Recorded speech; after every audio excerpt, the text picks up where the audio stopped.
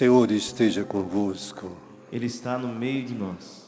Proclamação do Evangelho de nosso Senhor Jesus Cristo segundo São Mateus. Glória a vós, Senhor. Naquele tempo disse Jesus a seus discípulos: ouviste o que foi dito: amarás o teu próximo e odiarás o teu inimigo.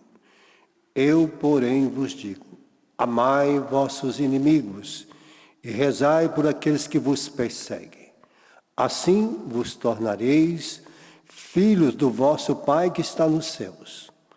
Porque Ele faz nascer o sol sobre maus e bons, faz cair a chuva sobre os justos e injustos. Porque se amais somente aquele que vos ama, que recompensa tereis? Os cobradores de impostos não fazem a mesma coisa? Se saudais somente vossos irmãos, o que fazeis de extraordinário? Os pagãos não fazem a mesma coisa? Portanto, sede perfeito, como o vosso Pai Celeste é perfeito. Palavra da salvação. Glória a vós, Senhor.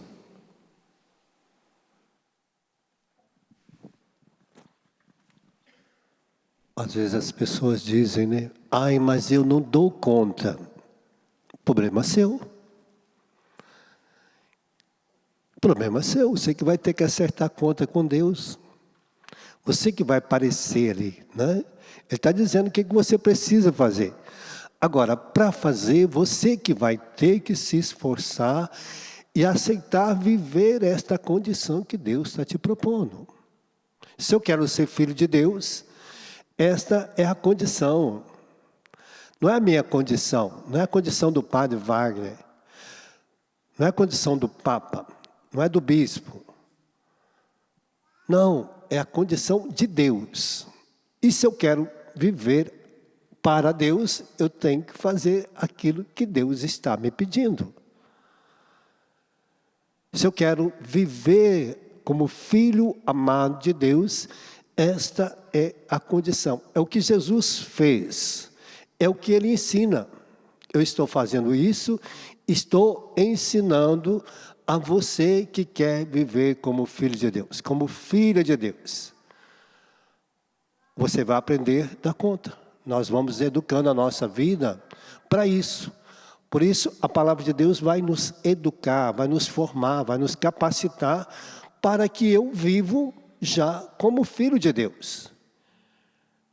Nós temos a primeira leitura de hoje, né?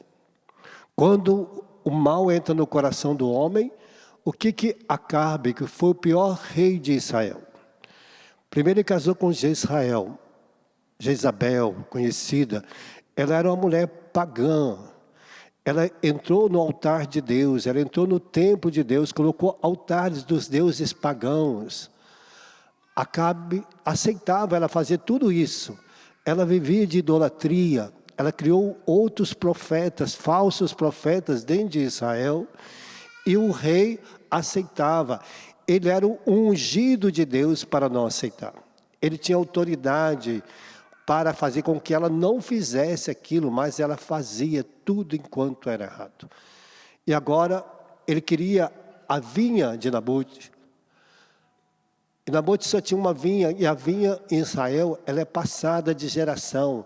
O pai doa para o filho mais velho, e assim vai passando de geração em geração. Ninguém vende, porque primeiro que não é o dinheiro. É uma vinha dada por Deus, é uma terra dada por Deus. E aquilo que Deus me dá, eu não posso doar, eu não posso vender. Então, tinha esse sinal, porque a terra é santa, a terra foi Deus que deu. Então, não tinha como vender. Não é o dinheiro, não podia vender uma herança que Deus dá para aquela pessoa. Não tem como você vender a sua vida. Não tem como o dinheiro pagar a sua vida. Não há nada que possa pagar a sua vida. Qual é o valor? Então, Acabe quis aquela vinha, mandou a Israel, mandou matar Jezabel, mandou matar aquela Nabote, inventou mentira, caluniou, difamou, inventou uma história, mandou matá-lo para adquirir aquela vinha. Agora, Deus manda o profeta ir lá falar para ele do mal que ele tinha feito. Agora você está aí alegre. Que valor tem uma vinha roubada para você? Que valor tem alguma coisa que você ganhou por calúnia, por difamação, que mandou destruir, fazer mal para o outro, né? Às vezes a gente faz isso. Às vezes nos trabalhos, às vezes a gente está trabalhando num lugar, a gente começa a falar mal do outro para ocupar o lugar dele. Triste, né? Mas acontece. Quantas vezes acontece isso?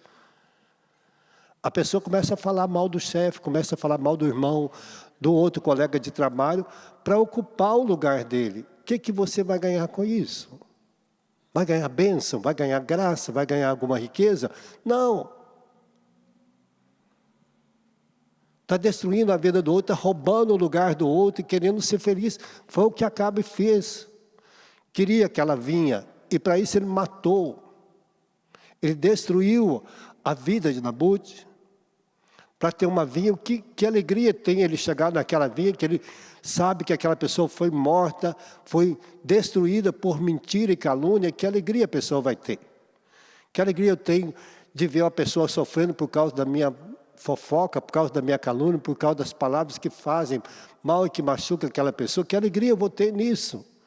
Que prazer nós teremos em ver os outros sofrer por causa da nossa maldade.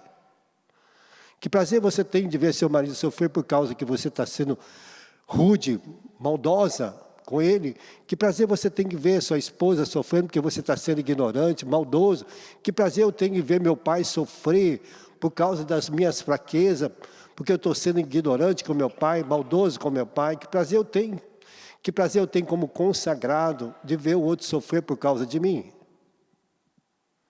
Ou como religioso, de não levar alegria para o meu povo, de não ser sincero, não ser verdadeiro, não pregar para eles, deixar eles na idolatria, na mentira, nas fraquezas, incentivando eles a continuar. Quantos padres que às vezes a gente atende confissão, o padre falou que não é pecado eu ter relação com meu namorado. É pecado, sim.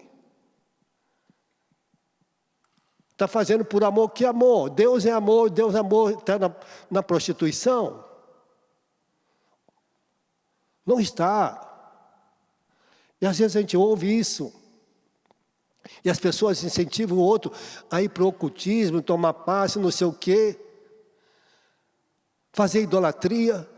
E para eles parece que está normal, não tem problema. Tem problema sim. A gente tem que pensar naquilo que Deus nos está dizendo. Jesus está dizendo, olha, está vendo o Salmo 50 de hoje? Porque também, assim como Acabe, Deus perdoou, se ele fez penitência, se ele fez jejum, se ele fez abstinência, se ele fez sacrifício. Deus deu para ele a oportunidade de que, enquanto ele estava vivo, ele não ia passar por aquela humilhação. Que Deus já tinha prometido, porque na hora que os assírios invadiu Israel, aconteceu com Jezabel, ela foi morta e os cachorros lamberam o seu sangue. Acabe foi morto também, os seus filhos todos foram mortos, por quê? Porque os assírios invadiram a Samaria e levaram todos eles à morte. E os que nos levaram foram para ser escravo. Porque eles abandonaram Deus. Para dizer, quando eu abandono a Deus, eu me torno escravo do meu próprio mal. Dos meus próprios pecados, das minhas próprias misérias. Se eu não estou em Deus, eu vou ser escravo das minhas misérias, das minhas fraquezas. E o Salmo 50 de hoje, Davi canta. Por quê? Porque ele tinha traído a sua família, tinha traído os seus filhos, tinha traído a sua esposa com Bersabeia, que era esposa de Urias. E o profeta foi lá falar para ele também, olha, você tinha não sei quantas ovelhas do seu lado, e você foi roubar a ovelha do vizinho, e ainda mandou matá-lo, porque Urias era o seu guarda-costas, era o seu fiel guarda-costas. E Davi ficou tão sabendo que aquela mulher que ele tinha traído, seu amigo, estava grávida e o filho era seu. Ele tentou enganar Urias, mas Urias não aceitou, foi fiel com ele. E ele mandou ele para a morte, para morrer. Aí ele vai cantar o Salmo 50, se arrepender. Para dizer que quando nós nos arrependemos do nosso pecado, nós voltamos a Deus, nós temos a oportunidade de viver uma vida nova em Deus. Por isso Jesus está dizendo, ama o teu próximo. Ama o teu inimigo, porque quando eu amo, mas ele não gosta de mim, mas o problema não está nele, o problema está em mim amar as pessoas. Deus quer que eu ame, que eu reze para aqueles que me fazem mal, que aqueles que me perseguem rezem, porque Deus te dará a vitória, te dará a graça para que você consiga conviver com aquelas pessoas e com todo tipo de pessoas, por causa que Ele te dará a condição e a graça necessária para isso. Por isso que Ele vai te dizer, assim você se tornará filho de Deus neste mundo. Vos tornarei filhos do vosso Pai que está no céu, que faz o sol sobre maus e bons, chover sobre bons e maus também. Ele está dizendo, se você ama só aquelas pessoas que te amam, que recompensa você tem? Qual é a recompensa que você tem? Se você só cumprimenta as pessoas que te cumprimentam, que alegria, que recompensa que você tem? Porque tudo que você faz para o outro, quem te dará a recompensa será Deus. A recompensa nossa será o céu. A sua recompensa já está pronta, o céu. Jesus já abriu as portas, já te deu a graça.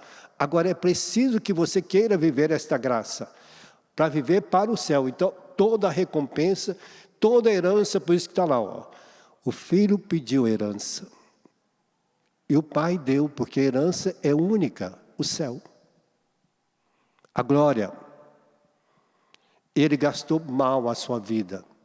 Estava perdendo a herança do céu, voltou para o Pai, para receber de volta, para ter a graça de ser reconciliado com o Pai, para viver as riquezas do céu, porque ele viu que todas aquelas outras coisas deste mundo não têm valor diante da graça que Deus nos dá e a salvação.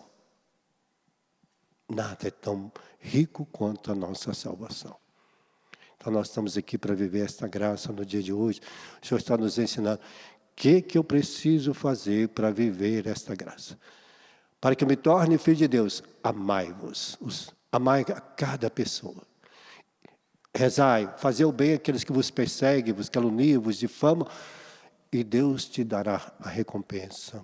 E a recompensa será o céu. Fechamos nossos olhos por um instantezinho. Vamos pedir esta graça no dia de hoje. Pedindo que assim nós possamos cada dia mais rezar para aquelas pessoas que nos fazem mal, nos caluniam, que é difícil, que às vezes são um sinal de contradição para nós, de tristeza, de sofrimento, mas nós queremos que elas também um dia estejam no céu junto conosco.